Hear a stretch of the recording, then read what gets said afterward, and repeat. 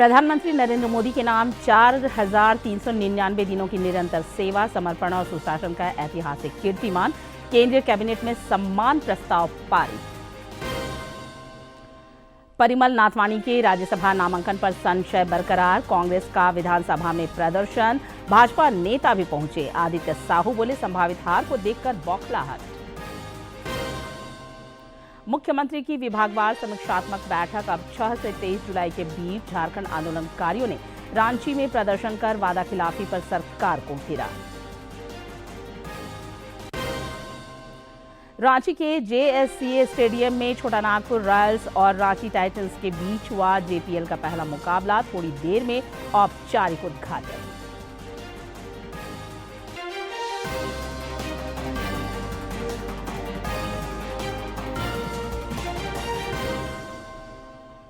नमस्कार, खबरें झारखंड में आपका स्वागत है। मैं हूं निशा दीपिका सोरेन और अब समाचार विस्तार से। प्रधानमंत्री नरेंद्र मोदी ने देश में निरंतर सेवा, समर्पण और सुशासन का ऐतिहासिक कीर्तिमान बनाया है। राष्ट्रपति द्रौपदी मुर्मू ने श्री मोदी को देश के सबसे लंबे समय तक निर्वाचित प्रधानमंत्री रहने पर बधाई दी है। सोशल मीडिया पोस्ट में राष्ट्रपति ने कहा कि यह ऐतिहासिक अवसर देश की जनता का उनके नेतृत्व में अटूट विश्वास और भरोसे का प्रमाण है। उन्होंने कहा कि श्री मोदी के कार्यकाल में शासन, आर्थिक सुदृढ़ता और सामाजिक परिवर्तन के क्षेत्र में दूरगामी प्रगति हुई है। राष्ट्रपति द्रौपदी मुर्मू ने प्रधानमंत्री नरेंद्र मोदी को शुभकामनाएं दी हैं। अपने एक्स संदेश में राष्ट्रपति ने लिखा कि देश के सबसे लंबे समय तक लगातार चुने गए प्रधानमंत्री के तौर पर सेवा करने के खास सम्मान के लिए प्रधानमंत्री नरेंद्र मोदी जी को हार्दिक बधाई। ये ऐतिहासिक मौका भारत के लोगों द्वारा आपके नेतृत्व में जताए गए अटूट भरोसे और विश्वास का सबूत है। आपके कार्यकाल में शासन, आर्थिक मजबूती और सामाजिक बदलाव के क्षेत्रों में दूरगामी प्रगति हुई है। साथ ही उन्होंने लिखा कि कल्याणकारी योजनाओं की एक विस्तृत श्रृंखला ने यह सुनिश्चित किया कि विकास का लाभ ज्यादा समावेशी और समान रूप से जमीनी स्तर तक पहुंचे, जो अंत्योदय के सिद्धांतों के प्रति आपकी प्रतिबद्धता को मजबूती से दर्शाता है।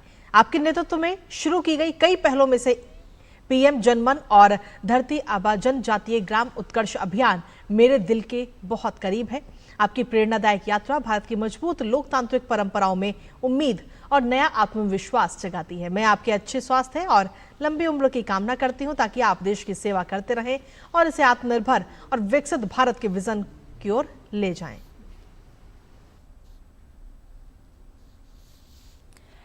केंद्रीय कैबिनेट में भी आज सम्मान प्रस्ताव पारित कर श्री मोदी का अभिनंदन किया गया। मंत्रियों ने मेज थपथपाकर और तालियां बजाकर देश सेवा की इस अभूतपूर्व यात्रा की सराहना की।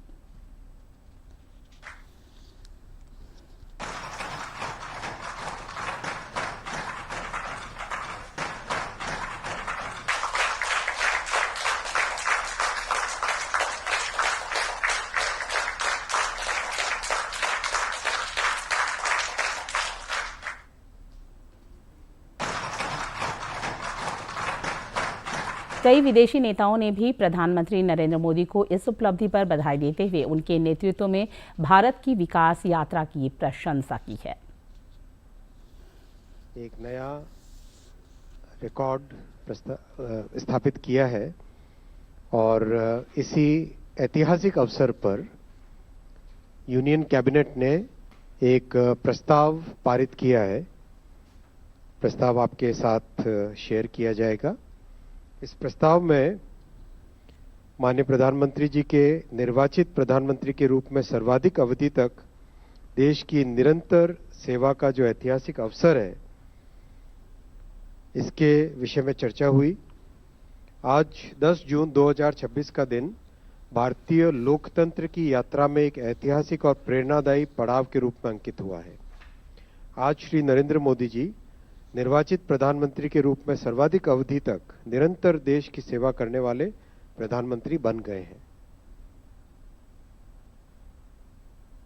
केंद्रीय मंत्री अश्विनी वैष्णव ने प्रधानमंत्री नरेंद्र मोदी के सबसे लंबे समय तक पीएम रहने की ऐतिहासिक उपलब्धि के उपलक्ष्य में दिल्ली के साईं मंदिर में पूजा अर्चना की। इस दौरान उन्होंने पत्रकारों से बातचीत करते हुए कहा कि श्री मोदी की यह उपलब्धि सशक्त नेतृत्व और विकसित भारत के दृष्टिकोण की ओर भारत की निरंतर प्रगति की दर्शाती है।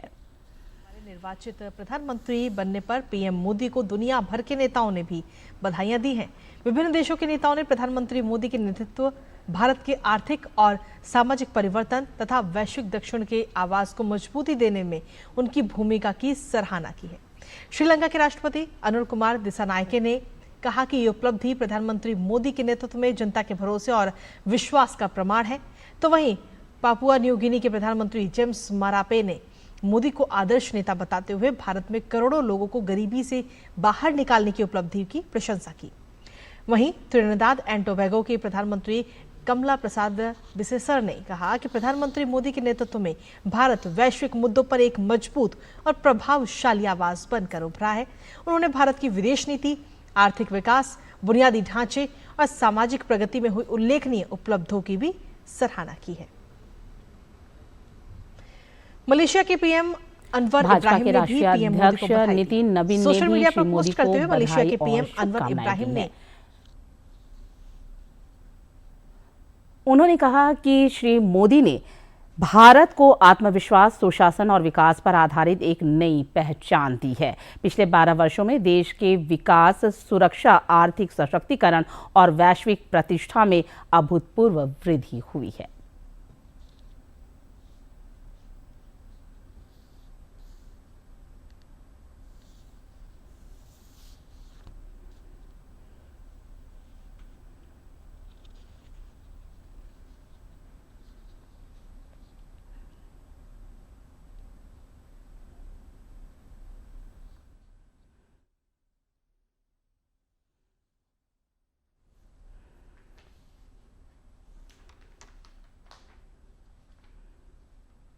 नेता प्रतिपक्ष बाबूलाल मरांडी ने प्रधानमंत्री नरेंद्र मोदी के नेतृत्व में केंद्र सरकार के 12 वर्ष पूरे होने पर रांची में सरना समाज के लोगों के साथ श्री मोदी के दीर्घायु के लिए प्रार्थना की। इस दौरान उन्होंने कहा कि श्री मोदी ने 4399 दिनों तक निरंतर राष्ट्र की सेवा कर एक नया कीर्तिमान स्थापित किया है।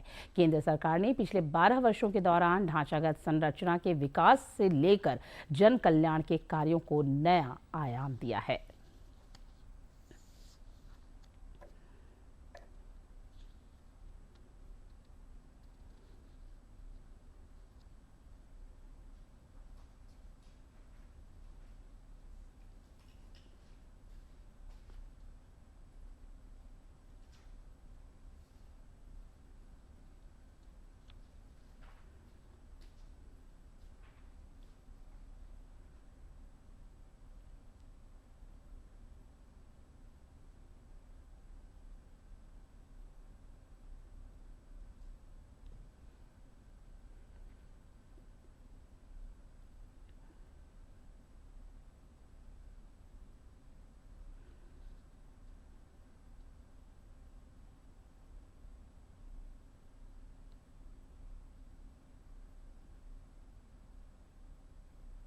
इधर देश के कई अन्य हिस्सों में भी आज प्रधानमंत्री के 12 वर्षों के सेवा और सुशासन के कार्यकाल को लेकर खास और आम सभी ने पूजा कर मंगल कामना की। उज्जैन स्थित महाकाल मंदिर में भी विशेष पूजा हुई।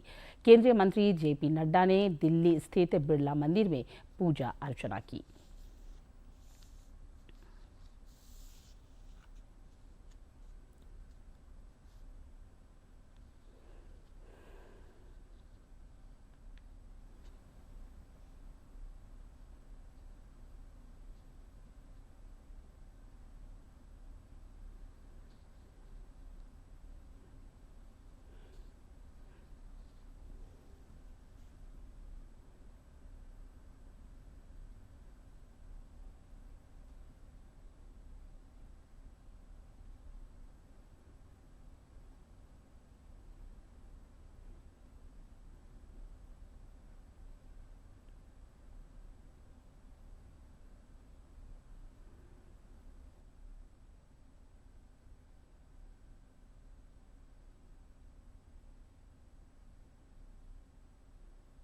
धनबाद में इस सिलसिले में भाजपा की ओर से विशेष पूजा का आयोजन हुआ।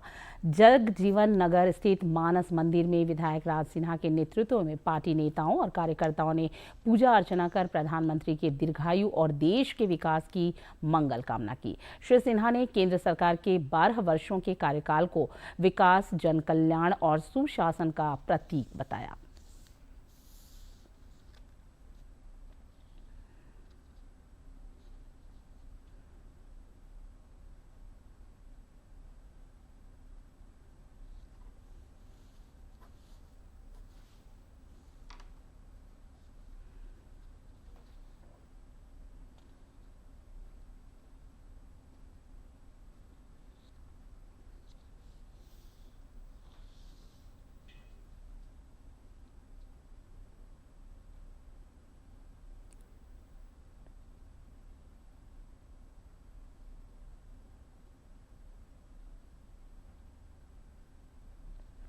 परिमल नाथवानी के राज्यसभा नामांकन पर संशय बरकरार है। इंडी गठबंधन के दोनों प्रत्याशियों का नामांकन जांच उपरांत कल जहां वैध पाया गया, वहीं परिमल नाथवानी के नामांकन पर आपत्तियों की वजह से संशय की स्थिति बनी हुई है। इधर राज्यसभा चुनाव को लेकर राजनीति के मंच पर आरोप प्रत्यारोप तेज है। कांग्रेस ने परिमल नाथवानी प्रकरण पर विधानसभा में प्रदर्शन किया। भाजपा के नेता और कार्यकर्ता भी विधानसभा के पास पहुंचे और तंत्र की कार्यशैली पर सवाल उठाए।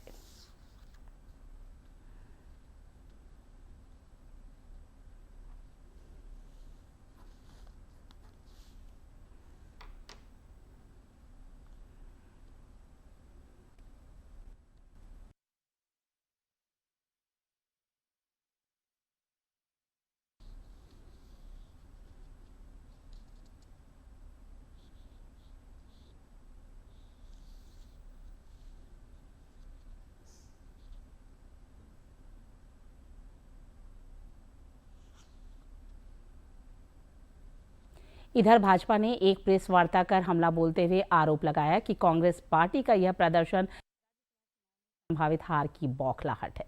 प्रदेश अध्यक्ष आदित्य प्रसाद साहू ने कहा कि कांग्रेस पार्टी को संवैधानिक संस्थानों पर विश्वास नहीं है। उन्होंने कहा कि कांग्रेस के नेताओं ने जिस तरह विधानसभा के अंदर प्रदर्शन किया है वह अमर्यादित तथा नियमों के विरुद्ध है, जिस पर कठोर कार्रवाई होनी चाहिए। श्री साहू ने आरोप लगाया कि कांग्रेस पार्टी राज्यसभा की चुनावी प्रक्रिया बाधित करना चाहती है। संहिता के अंदर किसी को अधिकार नहीं है कि जहां पर विधायी कार्य चुनाव संबंधी हो रहा है उसके अंदर जाकर प्रधान लिखने का अधिकार ना हमें है न उनको है। अगर यदि वहां पर लोग को अंदर घुसाया गया है तो हमारे कार्यकर्ताओं को क्या घुसने का अधिकार है, उनको भी घुसने दिया जाना चाहिए। मुख्यमंत्री हेमंत सोरेन की विभागवार समीक्षा बैठक अब 6 से 23 जुलाई के बीच होगी। गौरतलब है कि श्री सोरेन ने 25 मई से समीक्षात्मक बैठकों का सिलसिला शुरू किया था, जो कल तक चलना था। जानकारी के मुताबिक अब मुख्यमंत्री जुलाई के महीने में विभागों के कामकाज की समीक्षा करेंगे। अब तक उन्होंने कई विभागों के कामकाज का जायजा लेते हुए योजनाओं के प्रभावी और ससमय क्रियान्वयन पर बल देते हुए राज्य के विकास की प्रतिबद्धता को रेखांकित किया है।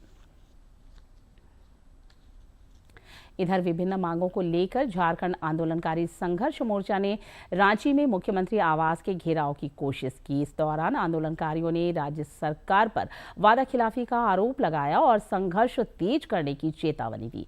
आंदोलनकारियों के प्रदर्शन के मद्देनजर मुख्यमंत्री आवास और आसपास के क्षेत्रों में सुरक्षा के कड़े बंदोबस्त दिखे। कई स्थानों पर बैरिकेडिंग की गई, जिससे आम लोगों को आवागमन में असुविधा हुई। समाचारों में प्रधानमंत्री नरेंद्र मोदी के नेतृत्व में पिछले 12 वर्षों में ढांचागत संरचना और कनेक्टिविटी के क्षेत्र में अभूतपूर्व विकास हुआ है, जिससे भारत के कदम तेजी से विकसित राष्ट्र की ओर बढ़ रहे हैं।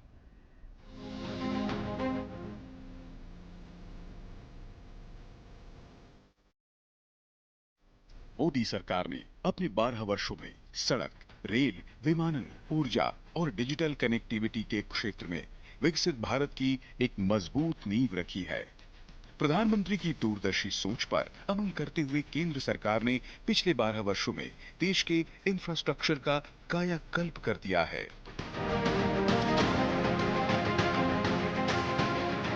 हाईवे और एक्सप्रेसवे आत्मनिर्भर भारत की पहचान। भारत की बदलती तस्वीर में रोड कनेक्टिविटी बेहद अहम रोल निभा रही है।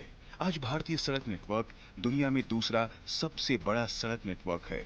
तेज गति से हाई स्पीड कॉरिडोर और एक्सप्रेसवे के निर्माण ने इसे और विस्तार दिया है। पिछले 12 सालों से 57,000 किलोमीटर से ज्यादा लंबाई के राष्ट्रीय राजमार्गों के निर्माण ने साबित कर दिया है कि देश मजबूत और सशक्त इंफ्रास्ट्रक्चर के लिए मिशन मोड में काम कर रहा है। बुनियादी ढांचे के विकास में देश ने कई महत्वपूर्ण उपलब्धियां हासिल की हैं, जिनमें विश्व की सबसे लंबी राजमार्ग सुरंग अटल टनल और विश्व की सबसे ऊंची रेलवे पुल चिनाब पुल के निर्माण के साथ ही भारत के सबसे लंबे केबल आधारित पुल सुदर्शन सेतु ने विकास की नई कहानी लिखी है। इसके साथ ही ब्रह्मपुत्र नदी पर बोगीबिल पुल, धूला सादिया पुल, Aunta Simaria bridge, Delhi Dehradun expressway, Ganga expressway आदि के निर्माण ने भारत के बुनियादी ढांचे को अभूतपूर्व ऊंचाई प्रदान की है। विमानन क्षेत्र का बढ़ता दायरा। किफायती उड़ानों और तकनीकी क्रांति ने हवाई यात्रा को आम जनता के लिए सुलभ बना दिया है। आज भारत घरेलू विमानन में तीसरे पायदान पर है और वैश्विक एविएशन हब बनने की दिशा में तेजी से आगे बढ़ रहा है। 2014 में जहां देश में सिर्फ 74 हवाई अड्डे चालू थे, वहीं आज इनकी संख्या 160 तक पहुंच गई है। एविएशन सेक्टर को बढ़ावा देने के लिए मोदी सरकार ने 24 ग्रीनफील्ड एयरपोर्ट मंजूर किए, जिनमें से 13 ऑपरेशनल हो चुके हैं। नवी मुंबई और नोएडा के जेवर जैसे नए ग्रीनफील्ड हवाई अड्डों के विकास से न सिर्फ महानगरों पर दबाव कम किया है, क्षेत्रीय संपर्क को बढ़ाने और देश के अनछुए हिस्सों को हवाई मार्ग से जोड़ने के लिए सरकार द्वारा शुरू की गई उड़ान योजना ने दूर दराज के इलाकों को पहली बार हवाई नक्शे पर जगह दिलाई। बुलेट से भी तेज दौड़ेगी ट्रेन। पिछले 12 वर्षों में भारतीय रेलवे ने बुनियादी ढांचे, विद्युतीकरण, नई पटरियों के निर्माण और सुरक्षा में अभूतपूर्व वृद्धि दर्ज की है। भारतीय रेल ने मार्च 2026 तक अपने ब्रॉड गेज नेटवर्क का 99.6% विद्युतीकरण हासिल कर लिया है। अप्रैल 2026 तक लगभग 55,000 किलोमीटर से ज्यादा रेलवे ट्रैक का नवीनीकरण हुआ, जिससे रेल परिचालन को काफी गति मिली है। आज भारतीय रेल नेटवर्क रोजाना करीब 25,000 ट्रेनों का संचालन करता है, जिससे पूरे देश में भरोसेमंद कनेक्टिविटी सुनिश्चित हुई है। देश की पहली स्वदेशी semi high speed Vande Bharat express और लंबी दूरी की वंदे भारत स्लीपर ट्रेनों ने यात्रा के अनुभव को सुखद बनाया। वहीं नमो भारत रैपिड रेल और अमृत भारत ट्रेनों के जरिए लाखों लोग कम समय में सभी सुख सुविधाओं के साथ अपने गंतव्य पर आराम से पहुंच रहे हैं। मुंबई अहमदाबाद बुलेट ट्रेन परियोजना जहां देश के हाई स्पीड रेल नेटवर्क का प्रतीक बन चुकी है, इसी दौरान सामरिक और आर्थिक रूप से महत्वपूर्ण कई रेलवे पुल बनकर तैयार हुए हैं, जिनमें ब्रह्मपुत्र नदी पर बना बोगीबिल ब्रिज और मणिपुर में दुनिया का सबसे ऊंचा पियर ब्रिज शामिल हैं।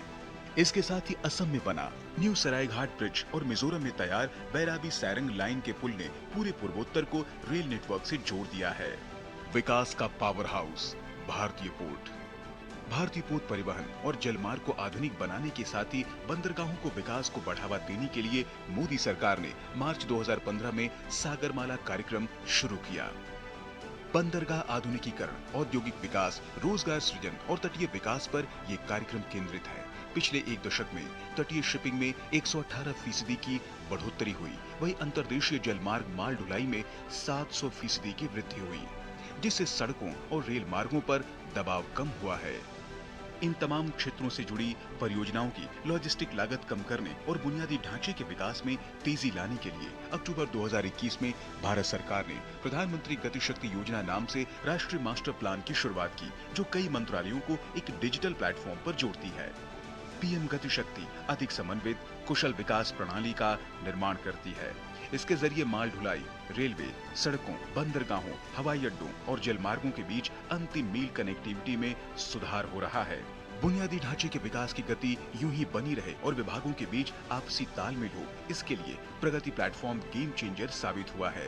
प्रगति ने अब तक 85 लाख करोड़ रुपए से अधिक की परियोजनाओं को तेजी से आगे बढ़ाया।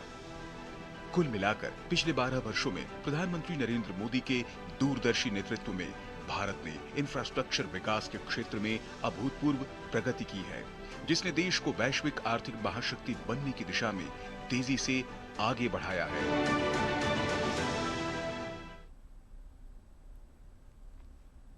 प्रधानमंत्री के नेतृत्व में देश में जारी विकास गतिविधियों का लाभ झारखंड को भी मिला है। आकांक्षी जिला योजना जैसी पहलों से कई पिछड़े क्षेत्र विकास की मुख्य धारा से जुड़े हैं।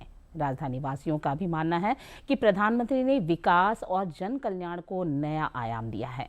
2014 से पहले के ठहराव की स्थिति से देश उबर कर अब तेज गति से विकास के पथ पर अग्रसर है। इससे हमको 2 बार लोन भी मिला, तीसरा बार लोन आया, हम गए नहीं, इसलिए हमको फेल हो गया। और आयुष्मान कार्ड से भी लाभ मिला, 2 बच्चा का एडमिट करवाए थे ओपी मंसरिया है, वहाँ भी 2 बार हमको लाभ मिला है आयुष्मान कार्ड से। आवास भी मिला और देखिए वेंडर मार्केट भी मिला, और ये कौची बोले वो जो मुद्रा लोन और ये जो 5 लाख वाला जो है उसमें भी आग के थोड़ा इलाज करवाए थे। तो सरकार तो खैर बीजेपी सरकार बढ़िया काम कर रहा है। कृषि मंत्री शिल्पी नेहा तिर्की ने कहा है कि किसानों को उर्वरकों की कोई कमी नहीं होने दी जाएगी। खाद की कालाबाजारी को रोकने के लिए विभाग कड़े कदम उठा रहा है। केंद्र सरकार के साथ समन्वय स्थापित कर राज्य सरकार कृषि विकास और किसान कल्याण पर जोर दे रही है। सरकार से ही हम लोगों को अलॉटमेंट प्राप्त होता है। देश की स्थिति जो हम लोगों को जानकारी है, वैश्विक स्तर पर युद्ध चलने के कारण भी इन चीजों का निर्यात में कमी आया है। हम लोगों ने जो अलॉटमेंट का मांग किया है वो अलॉटमेंट पूर्ण करती है कि नहीं, केंद्र सरकार ये समय पर पता चलेगा। अपेक्षाएं हैं, राज्य के किसानों को भी अपेक्षाएं हैं और केंद्र सरकार को किसी न किसी रूप से इन अपेक्षाओं को पूरा करना चाहिए। राज्य सरकार पूरा सहयोग करेगी। कहीं पे भी ब्लैक मार्केटिंग होगा, होर्डिंग होगा तो टास्क फोर्स बना के उन चीजों को हम लोग ये करने का काम करेंगे।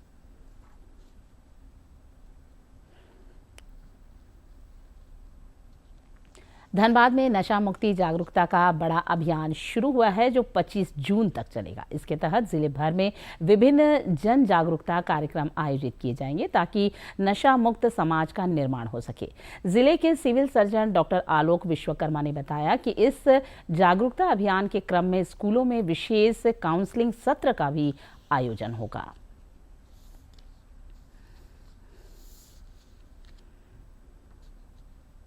नशा बहुत अच्छी चीज़ नहीं है, नशा करना छोड़ना है हमें। नशा मुक्त भारत, नशा मुक्त धनबाद का हमें निर्माण करना है। इसी प्रयास के संदर्भ में आज ये रैली निकाली गई है। कल से नुक्कड़ नाटक और विपरीत संचार माध्यमों के द्वारा लोगों को जागरूक किया जाएगा।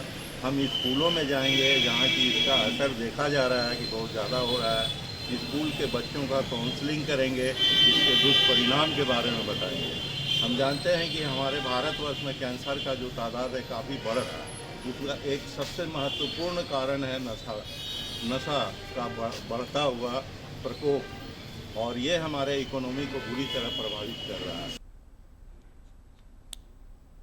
और अब कुछ खबर राज्य के विभिन्न जिलों से फटाफट अंदाज में।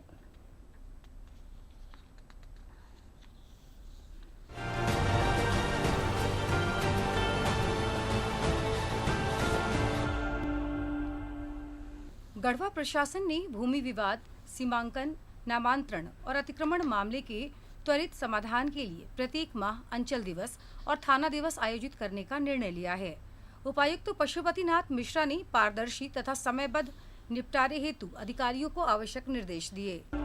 गढ़वा में उपायुक्त पशुपतिनाथ मिश्रा ने जन सुनवाई कर राशन, पेंशन, भूमि विवाद, नामांतरण, मुआवजा व आवास से जुड़ी शिकायतें सुनी। संबंधित अधिकारियों को त्वरित समाधान के निर्देश दिए गए। कई मामलों में अतिक्रमण, सड़क और आंगनबाड़ी चयन से जुड़े आवेदन भी प्राप्त हुए। खूंटी में जिला अनुकंपा समिति की बैठक में उग्रवादी हिंसा में मृत व्यक्तियों के आश्रितों को अनुग्रह अनुदान एवं सरकारी सेवा में नियोजन से जुड़े मामलों पर विचार कर आवश्यक निर्णय लिए गए। पात्र लाभुकों को नियमानुसार लाभ सुनिश्चित करने पर सहमति बनी। खूंटी के खिलाड़ियों और प्रशिक्षकों को जापान में आयोजित अंडर 17 एशिया कप हॉकी में स्वर्ण और कांस्य पदक जीतकर उत्कृष्ट प्रदर्शन करने वालों को सम्मानित किया गया। इन खिलाड़ियों ने जिला, राज्य तथा देश का नाम रोशन किया। उनके उज्जवल भविष्य के लिए शुभकामनाएं दी गई। कोडरमा में सामाजिक सुरक्षा एवं बाल संरक्षण योजनाओं की समीक्षा बैठक में 248 बच्चों को स्पॉन्सरशिप योजना से जोड़ने की स्वीकृति दी गई। इसके तहत अनाथ व एकल बच्चों को 4000 प्रतिमाह सहायता मिलेगी। साथ ही बाल विवाह रोकथाम और पेंशन योजनाओं के 100% सत्यापन के निर्देश दिए गए। कोडरमा में आयोजित जनता दरबार में आमजनों की समस्याएं सुनी गईं। संबंधित अधिकारियों को सभी शिकायतों को शीघ्र एवं समयबद्ध निष्पादन के निर्देश दिए गए। साथ ही कहा गया कि समाधान की स्थिति की प्रतिपुष्टि अनिवार्य रूप से उपायुक्त कार्यालय के समय पर भेजा जाए। अहमदाबाद वर्ल्ड योगासन चैंपियनशिप 2026 में स्वर्ण पदक जीतने वाले रोशन थापा का रांची एयरपोर्ट पर भव्य स्वागत हुआ। 78 देशों के 400 खिलाड़ियों के बीच मिली इस उपलब्धि पर योगासन संघ के पदाधिकारियों और खेल प्रेमियों ने उन्हें सम्मानित कर युवाओं के लिए प्रेरणा बताया। जापान में आयोजित अंडर 18 महिला एशिया कप हॉकी में सिमडेगा की संदीपा कुमारी और पुष्पा मांझी ने कांस्य पदक जीतकर जिले का मान बढ़ाया। संदीपा ने निर्णायक गोल कर प्लेयर ऑफ द मैच का खिताब भी पाया। दोनों खिलाड़ियों का सिमडेगा में भव्य स्वागत किया गया।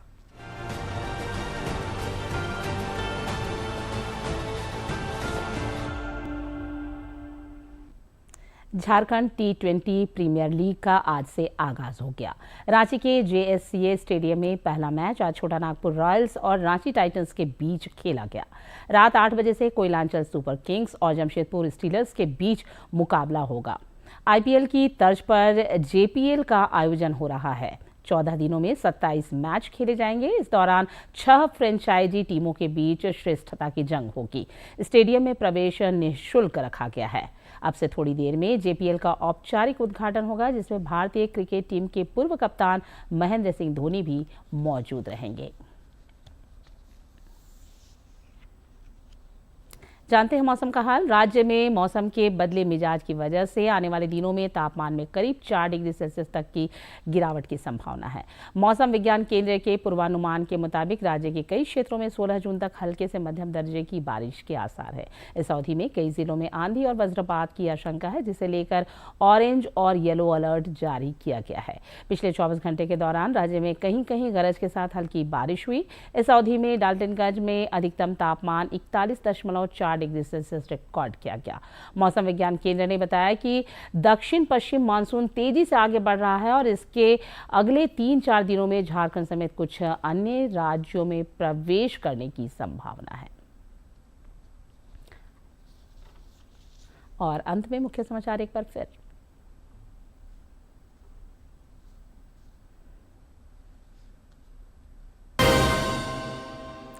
प्रधानमंत्री नरेंद्र मोदी के नाम 4,399 दिनों की निरंतर सेवा, समर्पण और सुशासन का ऐतिहासिक कीर्तिमान। केंद्रीय कैबिनेट में सम्मान प्रस्ताव पारित। परिमल नाथवाणी के राज्यसभा नामांकन पर संशय बरकरार। कांग्रेस का विधानसभा में प्रदर्शन। भाजपा नेता भी पहुंचे। आदित्य साहू बोले, संभावित हार को देखकर बौखलाहट। मुख्यमंत्री की विभागवार समीक्षात्मक बैठक अब 6 से 23 जुलाई के बीच। झारखंड आंदोलनकारियों ने रांची में प्रदर्शन कर वादा खिलाफी पर सरकार को घेरा। रांची के JSCA स्टेडियम में छोटा नागपुर रॉयल्स और रांची टाइटंस के बीच हुआ JPL का पहला मुकाबला। थोड़ी देर में औपचारिक उद्घाटन।